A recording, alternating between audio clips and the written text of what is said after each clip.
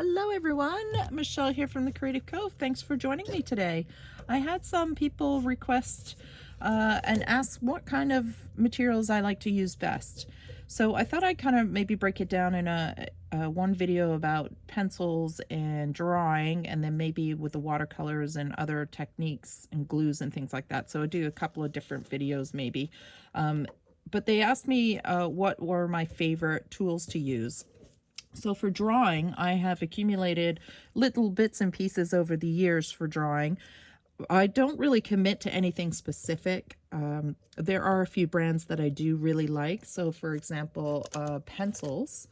When it comes to pencils and drawing detailed drawings, my favorites are the Stedler brand, which are made in Germany. I do really love these. I usually buy the set and it will last me for years, but I do lose the pencils and things like that. And they'll range from an F all the way down to, I think, an 8B. They probably have softer and harder. So for pencils, for example, the lead inside is, your standard pencil is an HB pencil. Everybody has those. And then the leads get harder as they go from H to F. And then they get softer when they go down the Bs. So a B4 will be a much softer lead than an F. So if you're into architectural drawings or industrial drawings, the harder leads you're going to use because you get a very exact, precise line. When the softer leads will give you more of a, say, like a Conte look, where they're not as sharp a line and it's much softer and easier to blend. They also go much darker, so they'll give you these kind of pencils will give you a range from a light lead all the way down to a dark lead, which is handy to have when you're doing very detailed drawings, whether they're industrial or organic type drawings. So these are my favorite pencils to use. When it comes to sketching, this is my little my little pouch here that I tend to keep things in. I love mechanical pencil. So I don't have a favorite brand. I usually buy whatever's on sale. I do work with a 0.7 lead. That's my favorite lead. And they're an HB. They're usually a medium type of lead. So this is my mechanical pencil that I like to doodle with. As far as erasers go, I'll use whatever I can get my hands on. There are a few different styles. So this is I haven't opened this yet, but this is a soft kneaded eraser. So this is handy for kind of absorbing things out. You would knead it and you would just press it in and you can soften it. This is this one Prismacolor. So this just came with a set, but I'm not partial to this specific eraser, but this will give you a clean edge on an to erase something specific.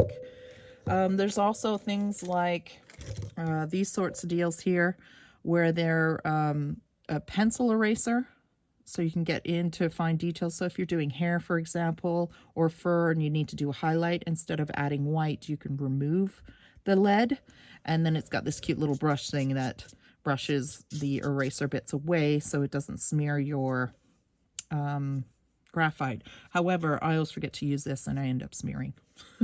So that kind of tool. So that's what I use primarily for drawing.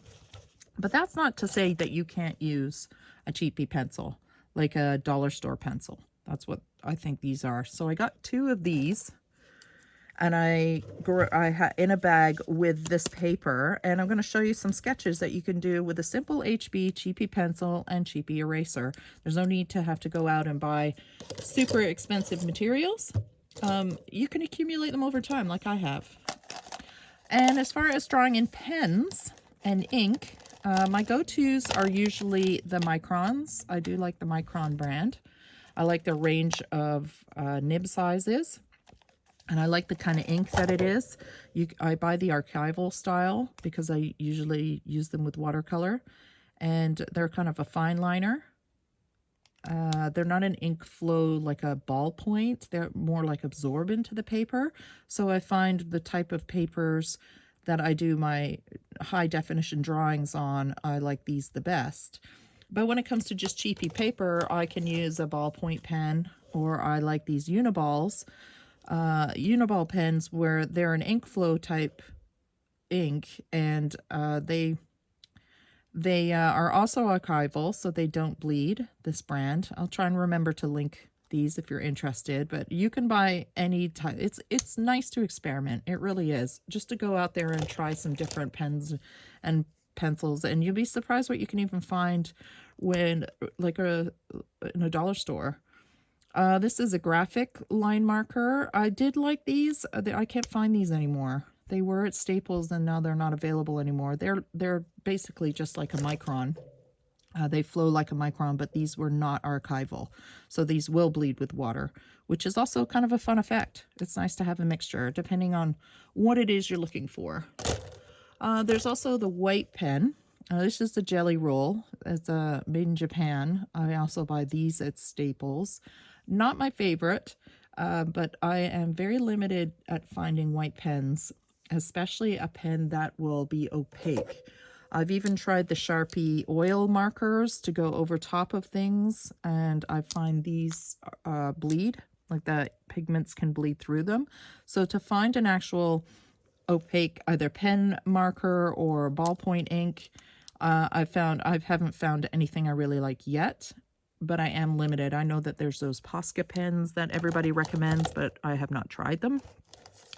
And then there's the good old Sharpies, which are really fun to use. You can buy them in different nibs, different ends. These will bleed, these ones. They'll bleed through all kinds of things. They are permanent, but they are not water resistant, so they can have some fun effects too. And again, this is just an accumulation over a long time. But today let's do some doodles. I wanted to show you how easy it is, or how fun it is to do, oh, there's another one, how fun it is to do these drawings on cheapy paper with a cheapy pencil. So I meant to sharpen that. Do I have a sharpener? I usually have one, but then I lose it. Oh, I actually got it. So you can also, another tip too when it comes to drawing is you can sharpen with a sharpener, your standard sharpener, or you can sharpen with an X-Acto knife. And the X-Acto knife sometimes can be really fun because it will give you a very specific edge. Now, do I have I don't think I have one on me right now. I think it's in my other pencil case. So I'm just going to sharpen this really quick. And like I said, if you use an X-Acto knife, so you're going to get a very pointy end with the regular sharpener, but if you use an X-Acto knife, you can create very defined square edges, which can give you a whole other look on your pencils. Another thing to have fun with. So these papers here, they're a bit of a mess now, but they're just these cheapy envelopes, like super cheap. And I think I paid 30 cents for the pack. So these were in a plastic bag with 2 of these pencils. And I thought, why not? I love scrap paper. And what I did like about these thank you cards is they had this little, this is the front of them, or in appreciation cards, and they're super flimsy. Like, they're not hard cardstock. They had this kind of engraved little edge, which I thought was kind of neat because it creates like a bit of a frame.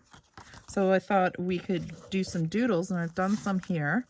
And then I just resketched that little framed line, and I think it makes some really cute, delicate drawings.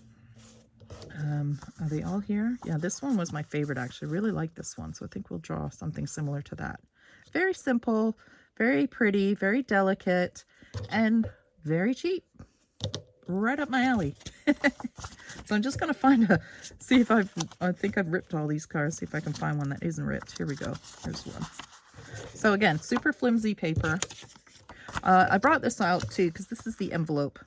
So I was playing and decorating some envelopes, and I just did a pen line with a stencil, and you can create something fun on an envelope as well. So possibilities with these cheapy papers is wonderful. So I'm going to tear off this here, and I'm going to flip it over because I don't want that, and I'm going to draw on the blank side. And I'm just going to draw something very simple. We'll do something like this with my cheapy dollar store, I would imagine. It's not a, I don't know who makes Studio, but it's a pretty simple, easygoing pen. It's not a super well-known pen as far as I know. And again, 30 cents. So let's do some doodling. So I like to start with a branch here, and I'm just going to pull up And you can find inspiration out in the garden these days with all the, well, unless you're in a different part of the world, but in Canada here, all our little trees are starting to bud. Well, in Ontario, they're probably well budded over in Vancouver and stuff, but here they're just starting to bud. So you can find these really cute little tiny delicate leaves that are just haven't fully opened yet, and sketch them. So I'm just roughing in my main stem here, and I'm keeping a very light touch. So this pencil, if you push hard to light, will give you a range as an HB. It can give you a very sharp line, and it can give you a very wide line. So you can really have fun with techniques and playing with even the cheapy pencil. You can get quite a range from pressure to light pressure. So that's a good thing to have in a pencil. And an HB will always give you that.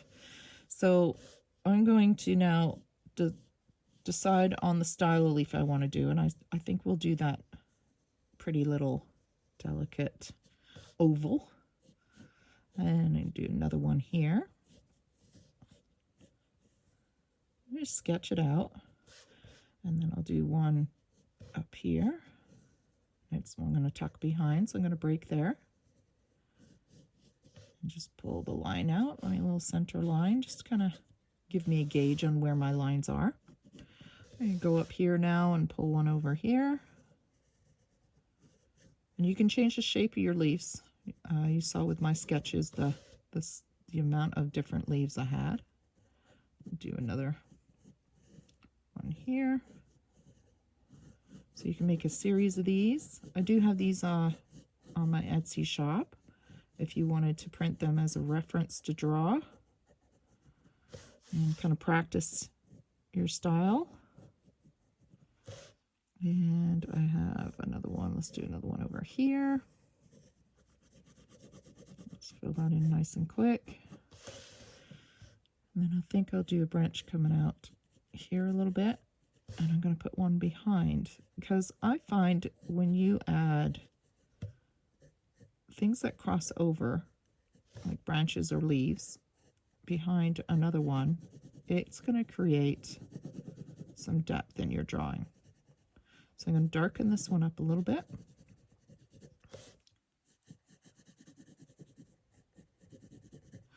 I'm going to fill this one in, even though the range is very close. The range of, what's the word I'm looking for? It's not saturation, but the tones are very similar. You can't really tell one leaf from the other, but this is where that little eraser will come in handy. So an eraser is just as good a tool as a pencil. So I'm just going to finish playing with my composition first. So I'm going to fill in my leaves. I'm trying to, normally I'd move my paper, but I'm trying to keep my hand out of the way. It's nice and soft.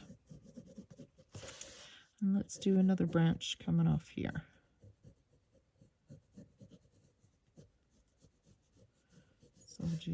So I think composition wise, I'm going to put most of them over on this side and leave this a little empty. You always want an interesting composition when you're drawing. Something balanced,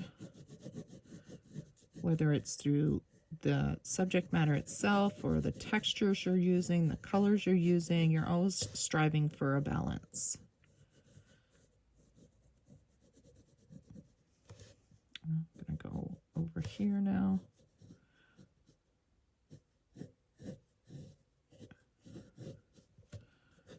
Fill this one in.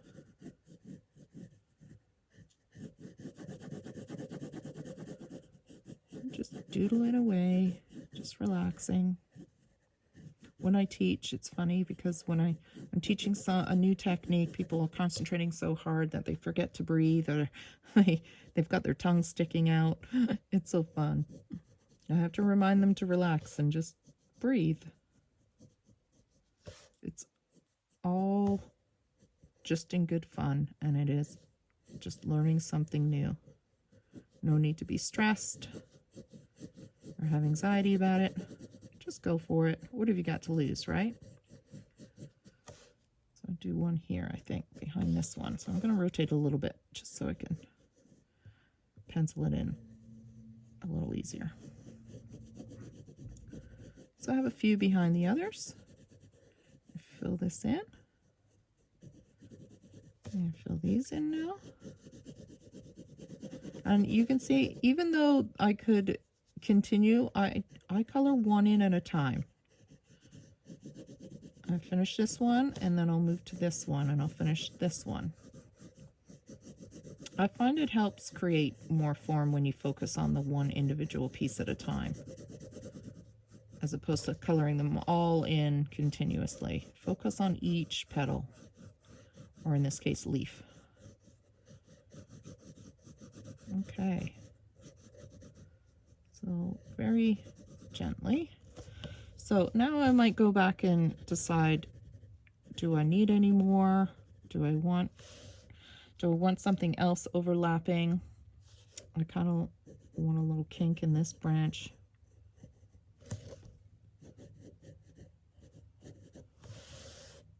And then I think I'm going to put one coming out here somewhere. Just one. Just rotate it. Sorry. It's just a little easier for my wrist. I'm just going to fill that in. And these, I love these little sketches in journals, especially botanical or fairy journals. Just these little hand sketches make a world of difference in a journal, I think, anyways. So you can clean up any edges that you might have overdrawn. I'm going to try and blow on it and not smear it. So these cheaper pencils do smear a lot easier too, and the softer leads, like the 4Bs and up, will smear as well when you try to dust it off. So I'm going to use my eraser, and I'm going to slowly and gently remove some of the lead and expose a lighter color here. So I'm going to do that one. I'll do this one. So any one that sits in front is where I'll start. So this one sits in front of that one. And I'll gently soften it because this one sits in front of that one. And what what erasers do too is they tend to change the the texture of the paper underneath. So the minute you start erasing things, you will change the texture of the paper, and it will absorb lead a different way and create a new kind of texture to it, if that makes sense at all. Because you're kind of pushing the fibers down, I guess, and you're changing the direction of the fibers as you move back and forth with the eraser. And if you're doing this on a really expensive piece of paper, you'll really notice it. So when I use my pencil crayons, oh, that's something I forgot to mention too, is what pencil crayons I like to use, because that's drawing as well. I'll, if I remember to do that, I'll do that next. And when you're using pencil crayons, for example, and you're doing a very defined, delicate drawing, the more you erase, the more it changes the paper underneath and has an effect on the drawing. So that's something you want to bear in mind when you are using an eraser. But for this technique, it creates this really gentle, soft, fun effect that I really liked in these sketches. So your pencil eraser, your cheapy pencil eraser, has become this really cool tool. So I'm going to darken up back here, maybe erase a little bit more, really soften the paper and the lead, make it really nice and delicate.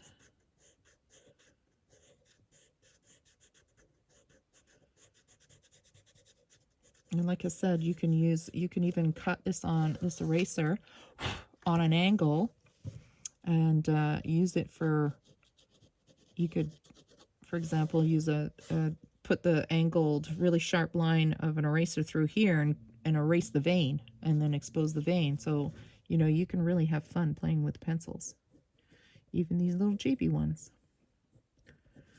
So I'm going to thicken up down here.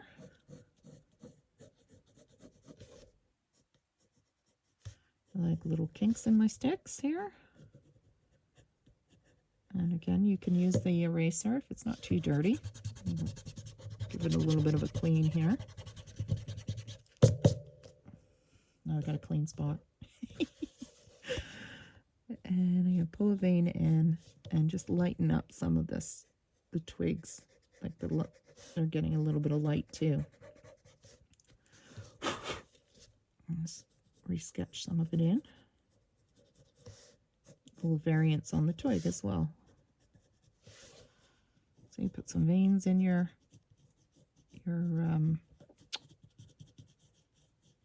leaves and soften them out again and just keep playing.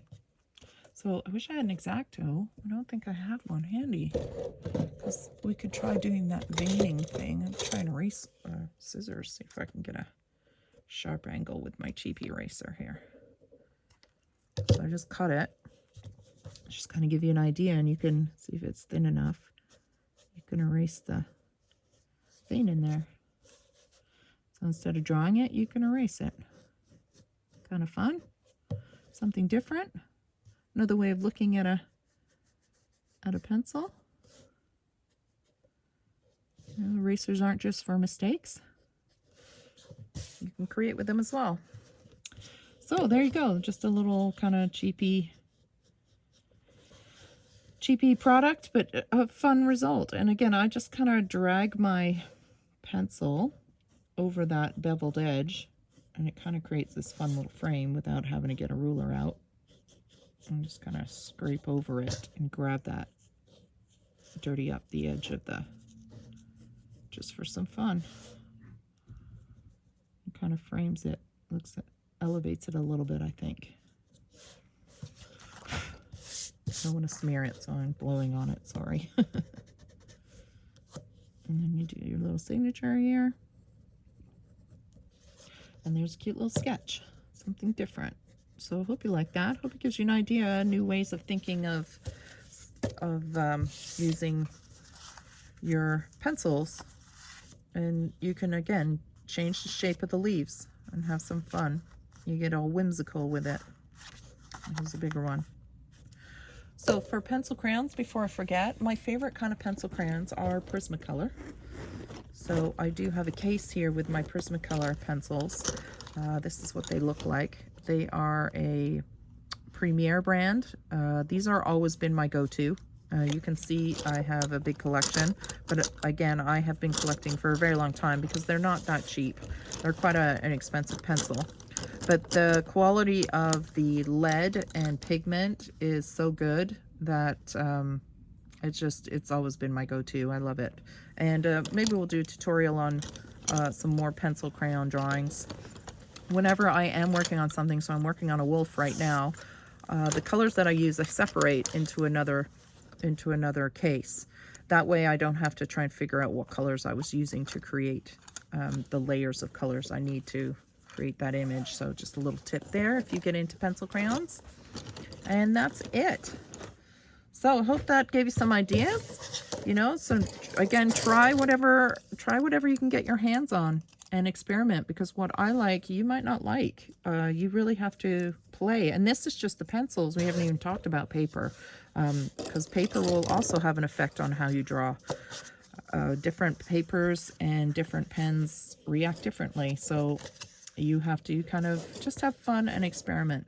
But don't be shy. Grab that cheap stuff and play with it and see what kind of fun effects you can create with that. So I hope you had fun. I hope you enjoyed that. I hope you drew along with me. I hope to see you again soon. And have a great day, everyone. Bye.